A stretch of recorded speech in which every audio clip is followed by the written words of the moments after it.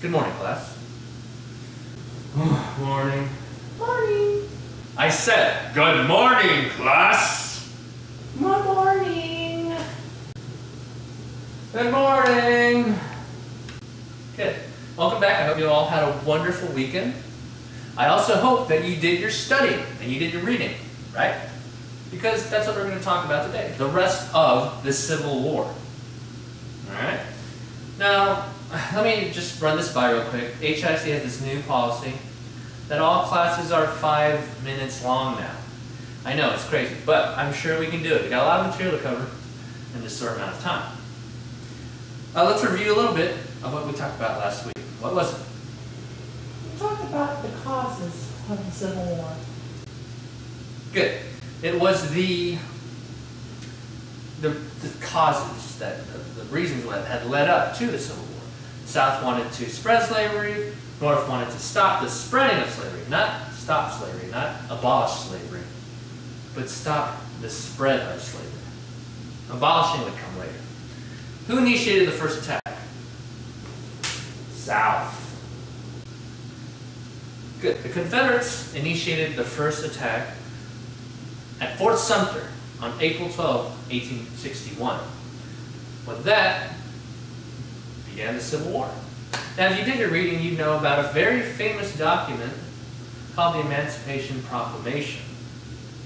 Anyone want to take a guess at what it is, or what it was, what it is? Yes. They freed the slaves. Almost there.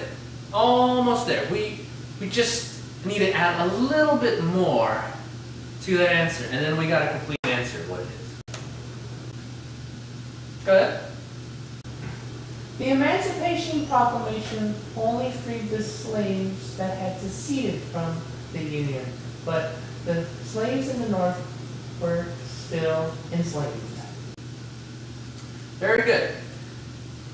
Emancipation Proclamation was, in fact, incomplete in freeing slaves. It only targeted the states that had seceded from the Union. In September of 1862, Abraham Lincoln issued the first part of the Emancipation Proclamation, which stated, those that seceded from the Union, those slaves are free.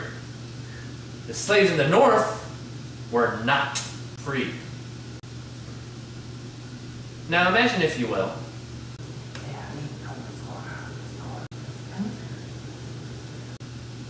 now imagine, if you will,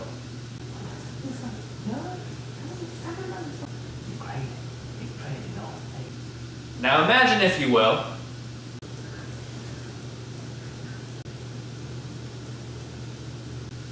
thank you. Now imagine, if you will, that you have cats and dogs. All of you have cats and dogs, right? Let's just pretend. And you have friends and relatives in the North that have cats and dogs as well. Okay? Now imagine the government saying, hey, look, all of you, you have to free your cats and dogs. And your relatives in the North and your friends in the North can keep their cats and dogs. Now, wouldn't that be a little odd, don't you think? That was the criticism behind slavery. The criticism behind the Emancipation Proclamation, that it didn't free all the slaves, it just targeted slaves that had seceded from the Union, or the southern states. Now, with that, I want you all to read the rest of the chapter, get to Reconstruction, and I will see you all next week, or tomorrow. I'll see you all tomorrow. Not next week, it's Monday. I'm going to see you all tomorrow. What did I say? Okay, have a nice day.